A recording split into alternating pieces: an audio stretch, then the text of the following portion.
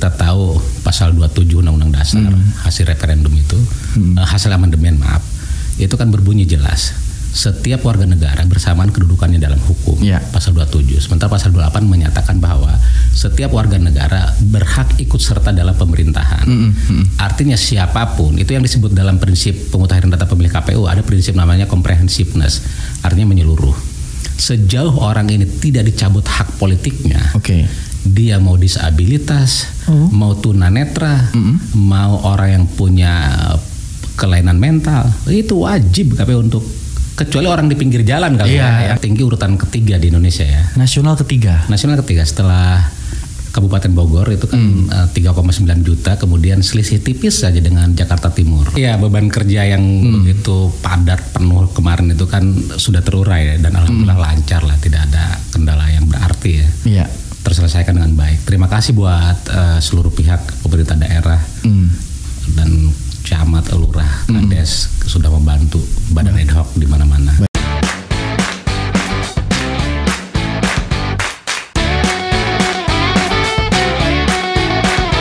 91 Podcast. 91 FM Tangerang Radio 1 Suara. Untuk kearifan lokal masih bersama Andri di Horizon Tangerang. Spesial talk show sore hari ini Hande Tolan bersama KPU Kabupaten Tangerang. Dan sudah hadir di studio Tangerang Radio Bapak Endi Erbiaro. Beliau ini anggota KPU Kabupaten Tangerang sebagai Kadif Perencanaan Data dan Informasi. Selamat sore Pak Endi. Selamat sore, Assalamualaikum warahmatullahi wabarakatuh. Sore hari ini gimana kabarnya Pak Endi? Alhamdulillah baik, segar, optimis ya. Optimis. Tentu tahapan-tahapan ini ya sudah bisa dipastikan teman-teman anggota KPU yang lain juga jam tidurnya sudah mulai berkurang ya. Iya, beban kerja yang begitu padat penuh kemarin itu kan sudah terurai dan alhamdulillah lancar lah, tidak ada kendala yang berarti ya. Iya. Terselesaikan dengan baik. Terima kasih buat seluruh pihak pemerintah daerah dan camat, lurah, kades sudah membantu badan ad hoc di mana-mana. Baik, karena ini luar biasanya Kabupaten Tangerang ini adalah salah satu daerah dengan jumlah pemilih yang banyak, bukan cukup banyak lagi, sudah banyak ya. Tertinggi urutan ketiga di Indonesia ya. Nasional ketiga setelah Kabupaten Bogor itu kan 3,9 juta, kemudian selisih tipis saja dengan Jakarta Timur. Selisih tipis dengan Jakarta Timur. Jakarta Timur itu kan 2,39 juta, kalau kita 2,37 juta. Iya. 200 ribuan selisih. 200 ribuan ya. Dan tentunya berarti ini sudah mulai masuk ke tahapan-tahapan daftar pemilih nih, Pak Endi. Sudah DPS, daftar pemilih sementara, dan kemudian sudah dibuka tanggapan masyarakat ya. KPU bersama badan ad hoc, teman-teman PPK PPS sudah mengumumkan di mana-mana tentang hak pilihnya. Tetapi ini bukan final and binding. Tidak selesai karena KPU masih membuka diri. Ada skema jika orang merasa belum terakomodasi, belum masuk dalam daftar hak pilih, itu bisa mengajukan namanya. Yang penting rumusnya sederhana kok. Yang penting punya identitas dan usianya di atas 17 tahun. Kalau tidak punya KTP ya bisa dengan KTP digital. Kalau belum punya juga bisa dengan kartu keluarga. Kan? Kalau belum punya kakak juga kan bisa dengan biodata dari Dukcapil. Intinya kita menyederhanakan proses. Cuman sekarang tahapannya adalah mereka yang harus aktif. Betul. Warga yang harus aktif. Kalau kemarin kan mereka pasif. Kami yang datang ke rumah melalui Pantarlih untuk mengecek, datang mengetuk pintu, minta informasi. Nah, tahapan itu sekarang sudah lewat. Jadi sekarang mau nggak mau publik, masyarakat yang harus aktif mengecek dirinya melalui cek DPT online atau datang ke kelurahan atau datang tanya ke RT RW-nya gitu kan, nama saya udah tercantum atau belum. Tapi memang Pak Endi pada saat Pantarlih sudah datang untuk melakukan pencatatan dan penelitian coklit begitu ya. Masih ada masyarakat yang belum terdaftar. Bisa dipastikan ada, itu namanya kan residu ya, sisa. Misalnya begini, ada orang yang dalam tahapan Pantarlih di 24 Mei sampai 24 Juni itu kan memang ada kesibukan di luar, misalnya ngurus wisuda atau pekerjaan atau umroh. Intinya mereka tidak bisa ditemui, tidak terlacak. Nah, itu kan punya hak. Atau ada warga yang baru saja pindah domisili, gitu kan. Dengan demikian Pantarlih meskipun dilakukan dengan prinsip akurat, komprehensif gitu kan, dan mutakhir, tapi residu atau sisa-sisa data pasti ada. Termasuk misalnya orang yang pasca penetapan DPS kemarin kan meninggal dunia misalnya kan. Ada yang diterima jadi TNI Polri. TNI Polri itu juga bisa sangat mungkin ya. Ya, artinya kan data ini kan dinamik. Kalau saya bahkan menyebut bukan hanya dinamik. Kalau dinamik itu artinya perubahan yang normal, yaitu dinamik. Nah, ini dialektik.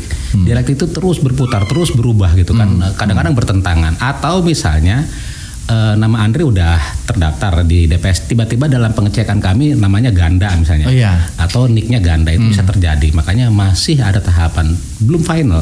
Selesai itu ditutup pendataan hak pilih pada saat hari H di TPS 27 November.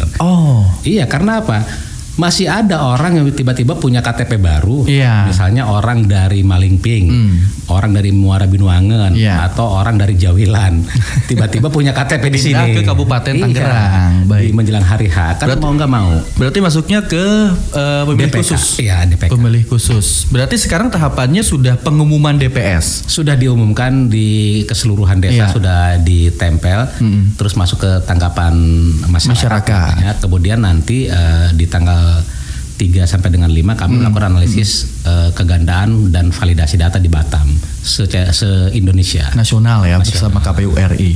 Nah, ini prosedurnya seperti apa Pak Endi untuk masyarakat yang mungkin merasa sudah cek DPD online di DPS pun yang dipasang oleh rekan-rekan Badan Ad Hoc PPS begitu ya, ini tidak ada namanya, tapi dia warga situ. Prosedur untuk melapor ke PPS atau KPU-nya seperti apa? Bisa saja shortcut langsung ke KPU, tapi kalau saran saya biar tidak terlampau capek bagi mereka itu datang ke PPS, karena di PPS itu kan disediakan form, form tanggapan masyarakat. Tapi syaratnya harus otentik, datanya benar, dokumennya sahih gitu kan. Kemudian yang terakhir yang update. Jadi dengan demikian itu memudahkan kedua belah pihak. Warga yang komplain belum masuk bisa kita urus, tetapi pembuktian dokumennya bisa teruji. Karena gini, sistem Sidalih itu nggak main-main, terlacak. Orang beda nama nick terakhir aja itu bisa beda orang. Jadi sistem Sidalih ini benar-benar komprehensif, menyeluruh, dan kemudian pangkalan datanya, database itu terpusat. Jadi boleh dibilang 2,3 juta data ini ya presisinya tinggi. Tingkat akurasinya tinggi. Saya kasih contoh menarik di Rutan Jambe. Namanya warga binaan kan kadang-kadang mereka nggak peduli dengan identitas kan. Ada yang ngurus, ada enggak, namanya juga orang ya, kita dalam tanda petik orang-orang residivis misalnya. Kan. Tiba-tiba rutan sekalipun itu nggak tahu ini orang mana sebetulnya kan. Jadi kan kami ada lokasi khusus di Jambe itu ada 2 dengan pemilih 719. 38 diantaranya no identified, jadi tidak terlacak. Akhirnya kami kerjasama, kami meminta Bawaslu, kemudian KPU bersama-sama Dukcapil itu menggunakan alat namanya fingerprint atau biometrik dari retina mata, dari sidik jari, baru ketahuan. Jadi sampai segitunya kami melacak keabsahan hak pilih ini. Karena ini adalah haknya masyarakat ya, begitu Pak Endi. Oh ya, kita tahu pasal 27 Undang-Undang Dasar hasil referendum itu, hasil amandemen itu kan berbunyi jelas. Setiap warga negara bersamaan kedudukannya dalam hukum, pasal 27. Sementara pasal 28 menyatakan bahwa setiap warga negara berhak ikut serta dalam pemerintahan. Artinya siapapun, itu yang disebut dalam prinsip pemutahiran data pemilih KPU, ada prinsip namanya comprehensiveness, artinya menyeluruh. Sejauh orang ini tidak dicabut hak politiknya, dia mau disabilitas, mau tunanetra, mau orang yang punya kelainan mental, itu wajib KPU untuk, kecuali orang di pinggir jalan kali yang ODGJ. ODGJ memang tidak ya. Saya juga harus menjelaskan ke halayak luas, ke handai tolan, jika ada semacam counter opini ataupun opini publik yang agak keliru bahwa KPU mendata orang gila, tidak sepenuhnya salah, tidak sepenuhnya benar. Karena dalam perspektif masyarakat awam, orang gila ini kan orang yang kesadarannya terganggu. Memang benar KPU itu, tapi KPU punya kategori yang disebut dengan orang penyandang disabilitas intelektual dan mental itu adalah bukan gila permanen, bukan, tapi misalnya orang yang mengidap delusi atau bipolar atau skizofrenia atau dalam bahasa ada dalam Al-Quran itu namanya waham. Waham ini gini, ada orang yang merasa antara memori dengan faktanya itu berbeda. Dia merasa sebagai seorang raja padahal rakyat jelata. Nah, di kalangan awam ya jelas ini dianggap orang gila karena perilakunya abnormal. Tetapi karena medis menyatakan orang ini masih punya potensi kesadaran, si orang ini masih bisa memilih, maka tetap kami data. Jumlahnya itu di Kabupaten Tangerang kan lumayan, ada 159. 159? Ya, orang yang mengidap disabilitas intelektual yang seperti yang tadi sudah disebutkan. Yang saya bilang ada bipolar, skizofrenia, kemudian halusinasi, delusi atau depresi karena terlibat pinjol segala macam. Iya, kan. Betul. Orang kan kemudian menjadi perilakunya itu menjadi abnormal. Itu berhak. Tapi bukan ODGJ yang pinggir jalan. Kalau itu kan totally secara permanen memang dia sudah kehilangan akal sehat dan lain sebagainya. Betul, begitu ya. Dan permanen. Baik Pak Endi, untuk Pilkada 2024 ini ada sedikit perbedaan ya dari pemilu karena jumlah di TPS masyarakat yang memilih ini sedikit berbeda atau bahkan 2 kali lipatnya ya. Oh, justru susut ya. Oh, susut. Kalau jumlah TPS-nya. Karena di Pileg itu kan maksimal 300. Dengan demikian jumlah TPS-nya 9.016 dulu. Kalau sekarang kan karena ditampung maksimal 500 orang, akhirnya berdampak pada penyusutan TPS. Jumlah TPS total itu kan 478 ya. 4.778. Hampir separuhnya hilang. Memang ada dampak ya. Kedekatan hak pilih dengan lokasi TPS itu menjadi agak sedikit terganggu. Kalau dulu kan hanya di sekitar rumahnya tuh, kalau sekarang agak jauh. Nah ini juga problem. Saya kira Handai Tolan juga kami mohon memaklumi, memang benar di Pileg nyaris semua kompleks perumahan RT RW itu ada TPS. Kalau sekarang bisa saja di sebuah blok di perumahan di Pileg ada TPS, sekarang tidak ada karena bergabung dengan kampung misalnya. Tetapi bukan berarti kami mengabaikan karena prinsip penataan TPS itu kan mendekatkan hak pilih dengan lokasi TPS. Tetapi karena kita juga menghitung asas efisiensi yang disarankan oleh KPU RI, maka mau tidak mau ada gabungan beberapa RT dalam satu TPS. Itu terjadi. Berarti memang alasan dari KPU sendiri secara gambaran umumnya ini efisiensi. Ya, efisiensi dan efektivitas. Tapi itu juga menjadi prinsip penyelenggaraan itu. Efisien itu kan artinya adalah memaksimalkan sumber daya yang tersedia, baik anggaran maupun segala macam. Kan anggarannya APBD sekarang kan. Ya tidak harus dikuras untuk TPS karena tahapannya juga kan panjang ya, banyak pengeluaran. Karena satu TPS itu kan kalau nominal tuh itu bisa 14 juta itu. Satu TPS. Iya, karena kan 9 juta sekian untuk gaji KPPS dan Linmas kemudian untuk BOP-nya.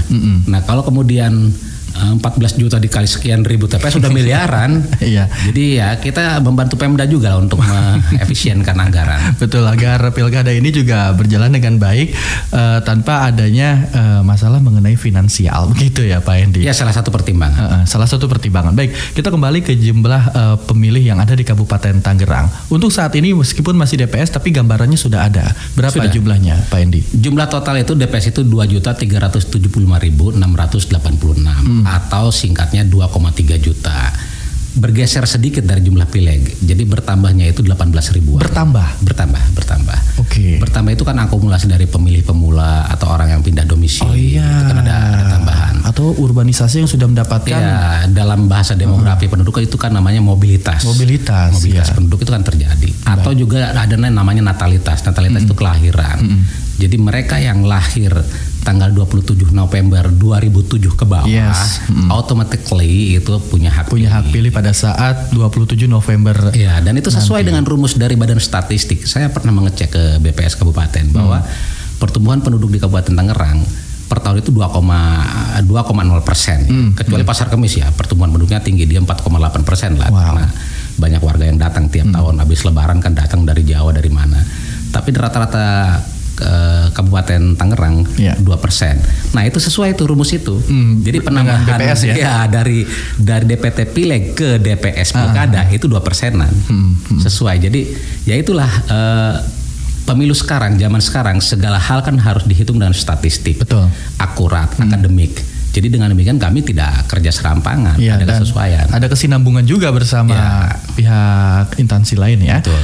Dan untuk kecamatan yang paling banyak ini pemilihnya Pak Endi? 5 besar itu urutan pertama itu Pasar Kemis. Pasar Kemis. Ya, Pasar Kemis dengan 180 ribuan ya. Wow. Kemudian disusul dengan Curug ya, kemudian Kelapa II, kemudian Cikupa ya, kita tahu lah memang daerah-daerah itu kan yang gemuk dan padat ya.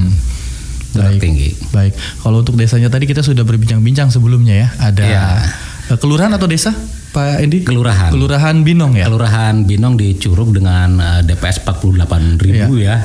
Jumlah yang raksasa ini. Ini fakta menarik tadi Pak Endi bilang bisa beberapa gabungan dari provinsi lain ya untuk pemilihan di Kelurahan Binong ini Pak Endi. Kalau gabungan provinsi itu mungkin maksudnya DPS kabupaten. DPS kabupaten ya. Yang 2,3 juta itu kalau kita kumpulkan DPS di 5 provinsi di Papua, Papua Barat Daya, Papua Pegunungan, itu kan Papua Induk, Papua Selatan, bahkan ditambah Kalimantan Utara dan ditambah Maluku Utara, itu baru tuh.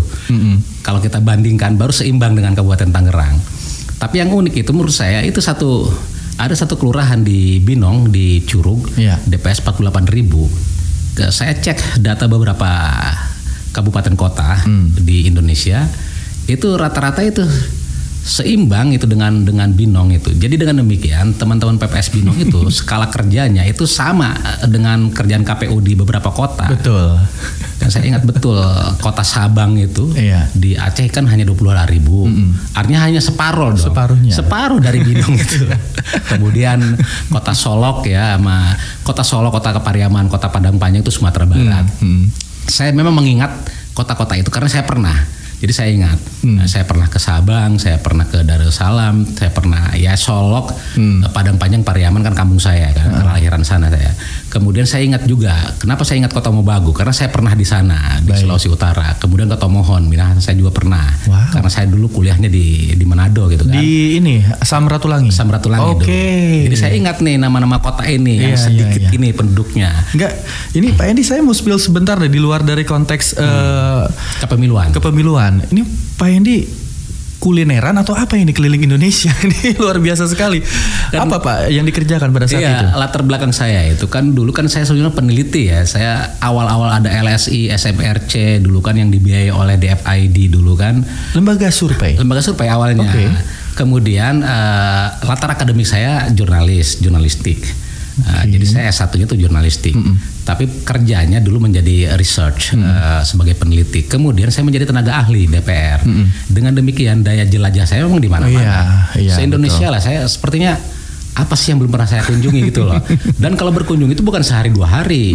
Karena kadang-kadang saya menjadi konsultan bisa bertahun-tahun, bisa berbulan-bulan. Makanya kenapa saya langsung hafal nih 18 kabupaten kota yang jumlah penduduknya sedikit. Karena saya tahu gitu kan. Karena pernah di sana dan bukan hanya liburan tapi memang ada pekerjaan di sana. Bukan hanya liburan, bukan hanya sehari 2 hari, tapi saya mengamati data di sana ya. Kerjanya kan memang konsultan. Jadi saya tahu. Makanya begitu saya mengecek data di Binong itu terperangah saya kan. Saya bilang ke si Andre tuh, namanya sama dengan kamu juga. Ya. Andre, gue bilang kerjaan kamu di Binong ini sebagai PPS itu levelnya kamu KPU aku bilang. Karena di Tual, Maluku Utara, kemudian Ternate, Tidore, kemudian Kota Mobagu, Tomohon itu di bawah mereka. Bahkan di Jawa pun Binong ini, Kelurahan Binong yang 48.000 DPS-nya itu seimbang dengan beberapa kota kecil di Jawa seperti Batu di Malang gitu kan. Ada beberapa daerah lah. Baik. Kita kaitkan juga ke pemiluan. Setelah Pak Endi dengan pengalaman berkeliling Indonesia, meneliti, research dan juga ada pekerjaan di sana. Pada saat di Kabupaten Tangerang, di kepemiluan khususnya pilkada maupun pemilu, apa yang unik, yang berbeda dari daerah lain untuk Kabupaten Tangerang Pak Endi? Sangat berbeda. Ini kan jarang sekali sebuah wilayah memiliki keragaman multikultur seperti Kabupaten Tangerang. Kita tahu Kabupaten Tangerang ini perpaduan budayanya kan luar biasa, unik dan melahirkan tradisi-tradisi baru. Bukan hanya hak pilih ya, tapi kan budaya, culture, ada tradisional itu berpengaruh pada pilihan politik orang dalam pemilu. Coba kamu bayangkan. Daerah mana yang gabungan antara Jawa Serang, Jawa Pantura, Cina Benteng, Betawi, gitu kan, Melayu dan kemudian Sunda. Sundanya pun ada Sunda Banten Selatan misalnya ada Sunda Serang, ada Sunda asli. Nah perpaduan ini kan kayak luar biasa nih. Kita juga berbatasan dengan gabungan antara kosmopolitan, Jakarta dan juga sekaligus yang tradisional banget kan ada. Ini unik. Jadi saya banding-bandingkan dengan berbagai daerah lain. Daerah lain itu kan menonjol hanya satu dominan budaya, budaya Indo. Kabupaten Tangerang enggak. Kita ada yang Cina Benteng, melahirkan berbagai tradisi. Ada daerah-daerah Teluk Naga misalnya. Kemudian daerah Pantura itu kan nuansa Cirebon dan Demaknya itu ada. Kental sekali. Karena perpaduan Banten dulu dengan Cirebon dengan Demak dulu. Kemudian dengan Betawinya juga ada. Betawi ini kan gabungan dari Nusantara ya. Kalau kita lihat di Cisauk misalnya, Pagedangan kan unsur Betawinya juga tinggi. Tapi geser sedikit ke Kronjo, ke Kresek itu kan udah Jawa Serang namanya. Jawa Serang, Jaseng ya. Sementara kalau tengah nih, ini yang memang Sundanya kental banget nih, kayak Raja Tiga Raksa gitu lah, Tangerang Tengah. Tapi itu kan ada gabungan juga, ada Sunda yang nuansanya adalah Banten Kidul, Kasepuhan Banten Kidul. Ada yang memang Sunda yang lokal banget gitu. Parahyangan atau Parahyangan. Gitu ya. Jadi gabungan Sundanya ada Parahyangan, Sunda Banten, kemudian ada Cina Benteng, ada Jawa Serang, ada Melayu, ada Betawi. Ini multicultural yang tidak terjadi di daerah lain.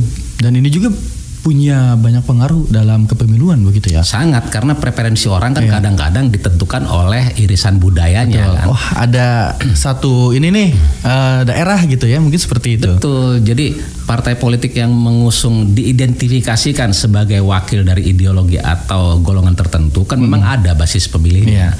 Terbukti Pileg 2024 kemarin. Kalau kita pakai spektrum ideologis namanya, partai itu kan kalau dalam teori akademisnya ada ideologinya, tapi ideologi kan terurai. Ada yang kiri, ada yang kanan, ada yang tengah. Kabupaten Tangerang semua partai ini punya basis. Makanya kalau saya menafsirkan bahwa pilihan politik orang juga ditentukan oleh latar budaya, latar kultural dan ideologinya. Baik, gitu. Baik. Dan memang Andri juga suka menerka-nerka nih Pak Endi untuk Kabupaten Tangerang ini. Kita bisa melihat di beberapa daerah seperti daerah di Pagedangan, Kelapa II ini kan lebih ke metropolitan begitu ya. Lebih ke metropolitan. Makin ke sini kan pedesaan. Paling tidak Betawinya kuat. Nah, ini kan juga di metropolitan ini banyak apartemen. Ya. Ini untuk pemilihan dan pada saat coklit kemarin, Anda sempat dengar dulu ya di pemilu ada masalah mengenai lokasi khusus itu Pak Endi. Untuk sekarang seperti apa? Ya, KPU itu kan punya surat dinas, surat tugas ya 2019 batas masa waktu kemarin ya bulan Agustus. Upaya kami adalah menghubungi pihak manajemen. Ini unik. Manajemen di Sky House apartemen misalnya di Cisauk, kemudian yang di Pakulonan Barat juga M-Town apartemen, atau di PIK 2, di klaster dan kawasan elit baik itu apartemen maupun perumahan tertentu, itu sebetulnya manajemennya bersedia mau bekerja sama, tapi penghuninya yang tidak mau bekerja sama karena mungkin alasan privasi lah, alasan apa segala macam. Tapi kami menghormati. Jadi kemarin waktu masa-masa coklit, kami sendiri di tim KPU-nya itu melakukan investigasi. Kami merumuskan 18 titik yang harus kami lacak apakah butuh lokasi khusus atau tidak, termasuk pondok pesantren seperti Darul Qolam, Darul Mutakin, itu kan ribuan banyak sekali ya. Kemudian juga di Talaga Bestari itu yang Lion Air, Lion Air, kemudian M-Town apartemen, Sky House, ke PIK 2. Tapi karena mereka manajemennya bersedia dengan kami kerjasama, tapi penduduknya atau penghuninya tidak bersedia, ya terserah mereka dong gitu. Yang penting kami sudah melakukan. Akhirnya yang ada Loksus sekarang ya hanya di Rutan. Kalau Pileg kan di Ilipo juga ada. Iya, ada. Ilipo Pileg banyak bahkan. Dan untuk pilkada ini untuk sementara, bahkan mungkin bisa dibilang sementara, Pak Edi. Udah close. Udah close ya. Udah nggak ada. Di Rutan saja. Hanya di Rutan. Baik. Dan ini juga memang harus sangat diperhatikan ya, kolaborasi antara masyarakat dan juga pihak penyelenggara ini harus benar-benar klop dan juga konkret. Kolaborasi itu kan bekerja sama dengan pemerintah daerah juga penting. Baik. Di forum ini saya mengucapkan banyak terima kasih karena saya melihat luar biasa para kepala desa, sekdes yang memfasilitasi adik-adik kami di PPS. Mereka berjam-jam kerja, bahkan nginep. Kadang-kadang juga peralatan ATK-nya dipakai gitu ya sama adik-adik PPS. Luar biasa. Jadi siapa bilang bahwa pemerintah daerah cuek? Enggak, malah mereka luar biasa. Tidak ada satupun kantor yang dikunci itu. Jadi bebas kan adik-adik, apalagi pas pendataan hak pilih itu kan begadang sampai malam. Di momen ini saya mengucapkan terima kasih kepada sekretaris desa, kepala desa, sekretaris kelurahan, Pak Lurah, Pak Camat, pemerintah daerah. Jadi meskipun secara formal memang diikat oleh aturan, tetapi faktanya animo gairah aparat pemerintahan sampai level terbawah untuk membantu itu konkret. Baik. RT-nya, RW-nya aktif untuk membantu. Terima kasih banyak. Untuk memberikan informasi mengenai penduduk, data pemilih dan lain sebagainya. Baik, Pak Endi, di pilkada ini kan suasananya lebih menarik katakanlah ya. Oh iya, pasti. Karena ini adalah kepala daerah yang mungkin masyarakat juga banyak yang tahu dibandingkan dengan pemilu kemarin yang lebih banyak dari nasional dan pilegnya mungkin juga dari sekitar sini. Nah, ini kan berarti kerawanan mengenai data-data dari beberapa oknum. Ini juga sangat rawan nih Pak Endi. Apa antisipasi dari rekan-rekan KPU? Betul, ada 15 titik kerawanan, indeks kerawanan pilkada. Dari 15 indeks kerawanan itu 5 diantaranya ada di hak pilih. Ya. Nah, makanya kenapa kami hati-hati, kami upaya terbuka dan bahkan melakukan uji publik mengundang para pakar. Karena apa? Di saat pertarungan begitu sengit, kompetisinya konfliktual dan kemudian potensi sengketa akan berlahiran di pilkada karena seperti kamu bilang fluktuasinya itu kan tinggi. Ya. Salah satu titik serang pengalaman saya dalam sebagai konsultan pilkada itu, salah satu yang menjadi sumber gugatan itu adalah data pemilih. Data pemilih. Apalagi jika selisih kemenangan itu marginnya itu tipis. Oh ya, kan betul. Kalah 1000 juga ya kalah kan. Nah 1000 ini akan menjadi pertanyaan. Oh ini kok di M-Town apartemen nggak ada Lexus kan akan muncul. Loh kok ini di Mass Lion Air yang pekerjanya 5.000 orang kan di situ ada cleaning service, ada office, ada delivery, bukan hanya pramugari dengan pilot kan. Kok ini nggak dilayani kan gitu? Itu pasti bermunculan. Makanya kami kunci dengan dokumen surat undangan sosialisasi, bahkan PPS-nya berkunjung. Itu satu. Problem kedua adalah keakuratan pemilih pemula. Ini titik yang seksi nih sebagai segmen pemilih. Ada 27.000 anak usia pas 17 tahun di Kabupaten Tangerang. Pada saat pemilihan hari H. Ya. Itu kan jumlah yang sangat tinggi. Nah kemudian anak-anak ini kan boleh dibilang kesadaran politiknya masih labil. Ya kan mereka bisa jadi begadang, kemudian tidak datang ke TPS, kesiangan kan. Ya kan.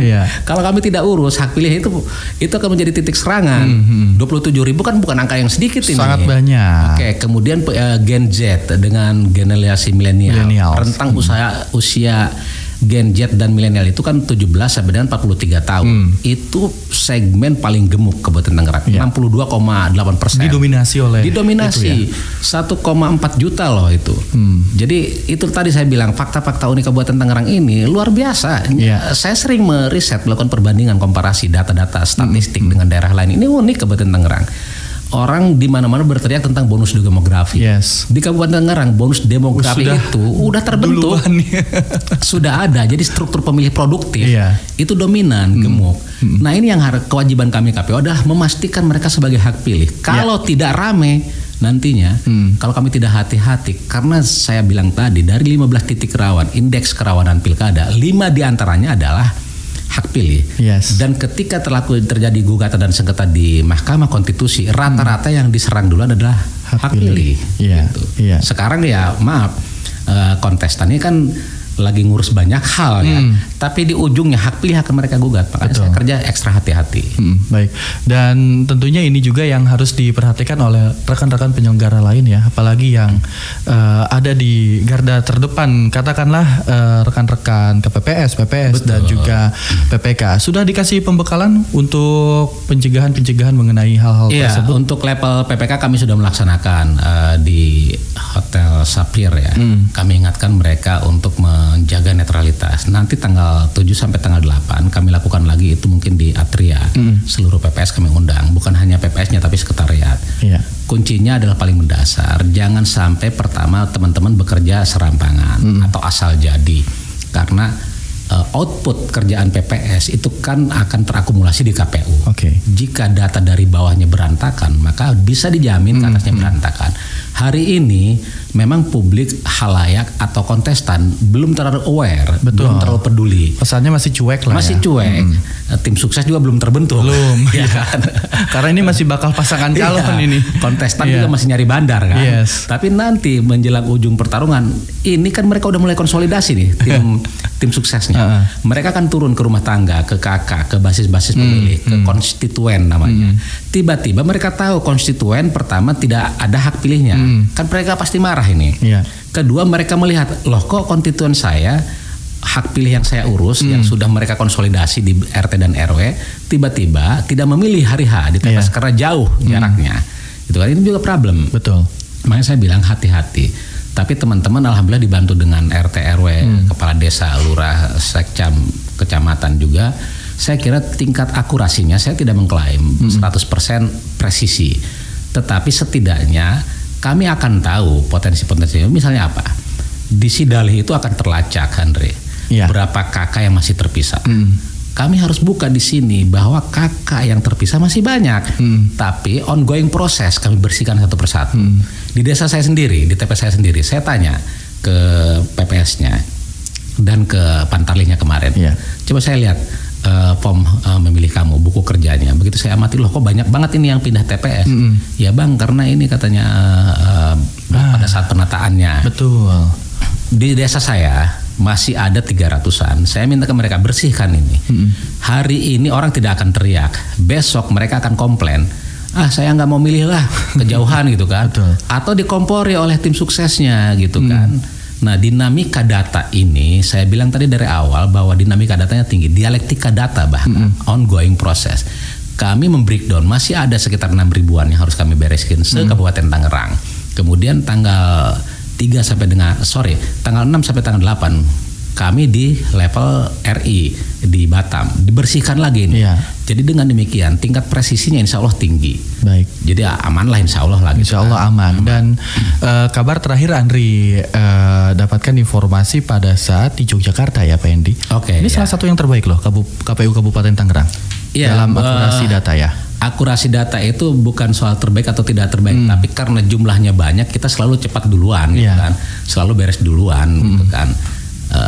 Kalau dibandingkan daerah-daerah lain memang kita tertinggal dong karena jumlah datanya banyak. Tapi kalau dibandingkan dengan data pemilih Kabupaten Bogor misalnya yang banyak juga, ya kita selalu selesai duluan gitu kan, selalu beres duluan. Baik. Gitu. Tapi itu kan nilai plus juga ya untuk teman-teman yang saat ini tengah mengikuti tahapan-tahapan ini ya. Kita harus kasih apresiasi sama teman-teman. Baik, dan tentunya hak pilih ini adalah suatu hal yang seksi untuk pemilih dan juga untuk penyelenggara dan bahkan untuk nanti penyelenggaraan seperti para ini Pak Endi, tim suksesnya yang tadi Pak Endi bilang ini bisa menjadi kompor nantinya sehingga harus dibereskan sekarang gitu ya. Memang apa Pak Endi pada saat pencocokan dan penelitian selesai, masalahnya kan tadi Pak Endi bilang masalah TPS yang terlalu jauh karena ada penggabungan di beberapa RT ya.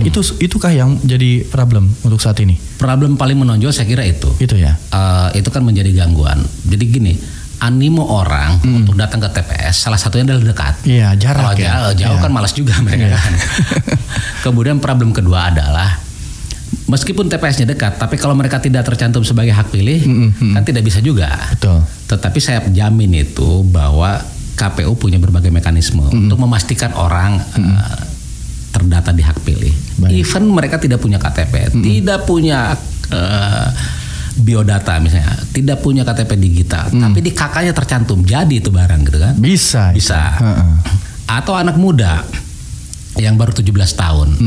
Kan rata-rata anak sekolah tuh kelas 12 mungkin ya, mereka belum melakukan perekaman misalnya kan, belum punya biodata, belum punya KTP, tapi kan mereka punya orang tua, punya keluarga dan tercantum di KK.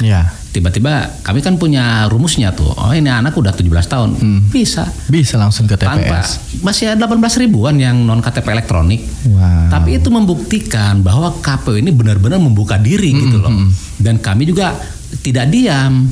Kami itu selalu melakukan analisis, baik analisis kegandaan, analisis validasi data, analisis regrouping KK, analisis pemilih pemuda. Kenapa saya hafal betul berapa jumlah? Karena kami generate. Saya minta ke operator, tolong dong digenerate berapa ribu anak muda usia 17 tahun.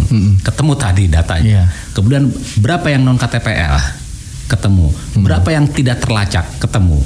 Kan jadi bahwa itu bukan kewajiban sebetulnya, tapi ini adalah naluri saya sebagai orang yang terdidik secara akademik untuk melakukan mitigasi kan, untuk memetakan potensi-potensi masalah dan bagaimana resolusinya. Seperti itu, Ndri. Baik. Dan optimis Pak bisa menambah keikutsertaan para pemilih di pilkada. Kan kemarin di pemilu luar biasa ya, ada penambahan persentase ya. Oh iya, memang Kalau di pilkada, kalau jumlah partisipasi sepertinya tidak akan semarak pemilu dan pilpres ya, karena orang kan memang didorong oleh opini publik di TikTok, di medsos segala macam. Jadi orang tuh secara emosional tersentuh untuk datang ke TPS.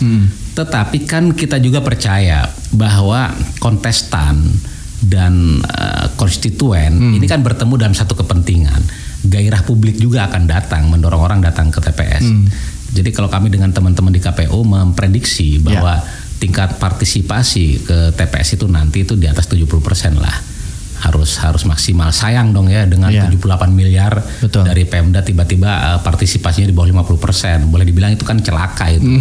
Mudah-mudahan tidak terjadi. Mudah-mudahan tidak terjadi. Tapi untuk gejolak dan dinamika pilkada saat ini Pak Endi, seperti yang kita ketahui bersama ya. Kadang-kadang gejolak di beberapa daerah juga ini kena imbasnya untuk di daerah kita sendiri. Kabupaten Tangerang, apalagi di Jakarta ini kan kemarin-kemarin sempat heboh ya. Ini bisa juga berpengaruhkah? Apalagi kan Kabupaten Tangerang Pak Endi bilang millennials ini lebih mendominasi. Oh iya, efek dominonya ada. Efek domino itu kan efek rangkaian ya. Epicentrum gempanya di Jakarta, tetapi getarannya nyampe sampai ke Banten, ke Tangerang. Apalagi ditambah dengan akses informasi, itu kan luar biasa besar sekarang. Kemudian netizen ini kan didominasi oleh anak muda. Anak muda ini kan karakternya satu apa? Karakter anak muda itu kan satu adalah mereka bebas, tidak terikat. Kemudian mereka cenderung ekspresif ya, berani speak up, bahkan berani mengolok-olok, bahkan berani berdemonstrasi. Itu kan karakternya. Kedua, mereka ini orang yang dalam masa pencarian jati diri. Jadi pasti kritis, pasti rewel. Netizen yang paling liberal itu kan mereka. Jadi dengan demikian kita tidak boleh terlampau khawatir tentang ekspresi netizen yang didominasi anak muda. Karena apa? Yang penting mereka tidak menjadi haters. Mereka tidak menyebarkan pesan-pesan hoax, tidak terlibat dalam propaganda fitnah. Karena apa? Mereka akan berurusan bukan dengan kami, dengan APS, aparat penegak hukum, APH ya. Apalagi Undang-Undang 27 itu kan transaksi elektronik itu kan, saya kira itu kan akan menjadi pagar bagi mereka. UITE ya. Iya. Tetapi kita juga sebagai kalangan yang menjadi penyelenggara tidak boleh terlampau khawatir dengan itu. Ini kan fenomena yang tidak bisa dibendung. Pihak mana sih yang bisa memblokade serbuan medsos? Nah itu yang saya sebut tadi efek dominonya. Jadi rangkaian gempa politik di Jakarta kan pasti magnitudonya sampai di sini getarannya. Kemudian yang kedua, potensi yang kedua adalah justru di para pemainnya sendiri. Ini kan pilkada ini faktor opini publik ini dominan. Dengan pemilih 2,3 juta, money politik saya kira tidak akan terlampau berpengaruh. Yang berpengaruh adalah permainan opini publik. Adu gagasan, adu image, adu daya tarik. Jangan lupa Kabupaten Tangerang level kelas menengah terdidiknya itu tinggi. Ya kan, nggak bisa orang memainkan pola seperti pilkades, nggak bisa. 2,3 juta pemilih, siapa sih yang bisa menerpa uang sebanyak itu? Nggak mungkin. Yang benar adalah opini publik yang akan berpengaruh. Opini publik ini siapa pemainnya, aktornya? Ada aktivis mahasiswa, ada LSM, ada media, ada OKP, ada ustadz, ada agamawan yang disebut dengan opinion leader. Nah, saya berharap opinion leadernya itu mereka berpihak karena hak mereka, tetapi jangan provokatif. Itu saja udah rumusnya. Jangan provokatif, jangan melakukan propaganda. Apalagi sampai mengkampanyekan untuk tidak memilih. Oh iya. Jangan sampai terjadi. Meskipun itu hak ya, tetapi itu namanya kontraproduktif. Orang yang mengkampanyekan tidak memilih secara hukum ya terjamin kebebasan berekspresi dan berbicara. Tapi dia membuktikan orang ini, saya pakai bahasa sendiri ya. Boleh. Autis politik. Iya dong. Orang Pemda lagi bekerja keras tiba-tiba dia punya agenda lain. Dia namanya kan tidak punya toleransi dong. Secara hukum boleh. Secara hukum boleh ya Pak, sebetulnya. Hak politik kok, hak bicara. Hak politik, baik. Tapi harapannya adalah semoga itu tidak terjadi. Masyarakat tetap harus bisa memilih pada saat di pemilu pilkada nanti. Iya, menjadi harapan kita bersama. Karena ini Pak Endi ini sedang berjuang untuk hak pilihan ditelan semua ya, mengenai data dan lain sebagainya. Ini bukan hal yang mudah ya Pak Endi ya? Yang mudah, jangankan para tokoh ya. Ya itu tadi disabilitas saja kami urus. Iya, betul. Segmen kelompok yang bertingkat, apakah itu nelayan, petani, anak jalanan, dunia malam segala macam yang disebut dengan komunitas rawan, itu kami punya program namanya adalah sosialisasi di kelompok marginal. Kelompok marginal itu kan kawasan pesisir, ya kan, tukang, tani, anak jalanan, komunitas malam, komunitas hobi. Yang diasumsikan mereka cuek, betul, dengan dinamika politik, tapi lagi-lagi hak pilih mereka harus diurus. Bukan hanya diberi hak pilih, tapi diberikan informasi yang benar dan sehat. Jadi disampaikan ini apa sih fungsinya pilkada gitu kan? Untuk apa sih demokrasi politik? Memang di benak mereka tidak berurusan dengan itu. Tetapi kita yang punya kewajiban melakukan sosialisasi dan edukasi. Jadi sebenarnya kerja kami itu ganda di Datin ini, data dan informasi. Kan namanya data dan informasi. Data adalah jaminan hak pilih, informasi adalah mengedukasi, mensosialisasikan bagaimana pilkada sehat. Itu rumusnya. Baik. Dan tentunya Hande Tolan untuk saat ini memang semoga harapannya semua masyarakat bisa terfasilitasi karena sesuai dengan tagline dari KPU sendiri adalah KPU melayani. Dan Pak Edi, kita kembali lagi ke tahapan tadi. DPS sekarang lagi tanggapan masyarakat. Tanggapan masyarakat sampai tanggal 28 udah lewat kemarin, sekarang mau masuk GMHP, Gerakan Melindungi Hak Pilih. GMHP ya. Nanti tahapan berikutnya Pak Edi hingga ke DPT. Apa ada agenda lain? Oh iya, pasca tanggapan masyarakat sampai tanggal 28, kemudian kami isi sampai dengan tanggal 4 itu penyusunan. Penyusunan DPSHP. Daftar pemilih sementara hasil perbaikan. Diplenokan di PPS, desa dan kelurahan, kemudian naik pleno di tingkat kecamatan. Itu berkisar di tanggal 7 sampai tanggal 8. Kemudian tanggal 15 dengan 16 baru kami kunci dengan DPT. DPT ini sebetulnya hanya lock system saja, tapi bukan berarti terkunci mati. Karena nggak bisa langsung punya pilihan, tetap ya masih ada. Pasca DPT orang masih bisa memungkinkan mengurus hak pilih, tapi skemanya udah berbeda. Bukan lagi DPT tapi DPTB. Orang-orang pindah domisili. Kemudian nanti ada DPTB tahap 2. Kemudian baru DPK. Sampai last minute, sampai TPS ditutup. Itu urusan hak pilih nggak selesai. Harus kami urus. Baik. Jadi jangan khawatir lah, jangan takut lah. Ya, tentunya Hande Tolan ini sudah terskema dan juga harapannya kepada pemilih nanti yang sudah mendapatkan hak pilihnya bisa menyalurkan hak pilihnya di TPS, karena ya kalau kita dengar dari tahapan Pak Endi yang jelaskan itu memang luar biasa. Betul, jam tidur bisa berkurang. Untuk yang punya anak kecil mungkin yang jarang pulang lupa ini bapaknya bukan gitu ya. Atau di Sherlock sama orang rumah. Iya benar. Atau pas nyampe rumah tiba-tiba udah ada bantal guling di depan ya. Pak Endi, terakhir untuk masyarakat Kabupaten Tangerang mengenai kita di temanya adalah menyelamatkan hak politik rakyat. Menyelamatkan hak politik. Hak pilih ini kan hak politik. Hak politik kita ya tentunya. Apa pesan-pesan Pak Endi untuk masyarakat Kabupaten Tangerang? Jadi pemilih yang cerdas itu penting. Pemilih yang cerdas pertama punya kesadaran. Kedua, pilihan mereka bukan pilihan karena money politik, tapi karena gagasan, karena visi, karena ide. Itu penting. Kemudian ketiga, ciri pemilih cerdas adalah tidak mudah terprovokasi. Harus dikesampingkan itu informasi-informasi hoax, informasi-informasi bluffing, informasi-informasi yang bernada fitnah dan agitasi. Dalam pilkada memang kita tidak bisa mengendalikan karakter orang. Yang bisa kita kendalikan adalah cara berpikir kita. Jadi pesan saya yang terakhir sebagai closing statement adalah thinking before sharing. Jadi pikirkan dulu sebelum Anda sebarkan pesan-pesannya. Saring sebelum sharing. Betul. Kan gitu. Jangan telan mentah-mentah informasi yang berseliweran di media sosial ya. Karena banyak kanal informasi official khususnya dari KPU yang bisa didapatkan ya, Pak. Iya, officially itu bukan hanya dari KPU, tapi dari teman-teman PPS, dari teman-teman PPK, dari media mainstream ya. Bukan media-media abal-abal ya. Dari pemerintah daerah, dari opinion leader. Itu yang menjadi rujukan. Dan cara berpikir kita itu juga penting. Makanya saya mendambakan pemilih cerdas.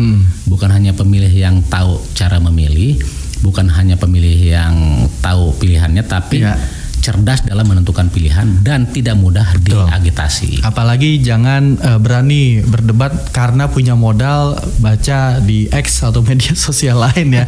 Karena kan itu banyak, wah Anda tolong kalau mungkin Anda cermati ya, mungkin hampir beberapa 10%-nya itu adalah dikerjakan oleh bot ya. Iya. Jadi apalagi kan pesan-pesan dari mereka itu kan clickbait ya. Clickbait sekali. Dramatik, provokatif, bluffing gitu kan, dibesar-besarkan. Seolah-olah kalau kita baca nih kayaknya Indonesia bakal bagaimana ini ke depannya. Kayak perang dunia ketiga kan. Padahal yang terjadi fakta di masyarakat ya santai-santai aja. Santai-santai aja, betul. Pak Hendy, luar biasa ini percakapan kita, bincang-bincang kita sore hari ini. Tadi kita janjinya 3 segmen ya Pak Hendy.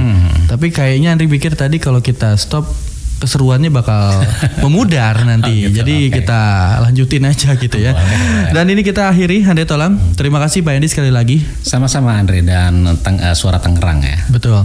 Hande Tolan juga. Hande Tolan pendengar kita, dan juga untuk pendengar kita pada sore hari ini yang sedang mendengarkan mengenai menyelamatkan hak politik rakyat di Pilkada Kabupaten Tangerang bersama Bapak Hendy Erbiaro. Beliau ini adalah anggota KPU Kabupaten Tangerang, Kadif Perencanaan Data dan Informasi. Terima kasih, selamat sore Pak Hendy. Assalamualaikum. Waalaikumsalam warahmatullahi wabarakatuh.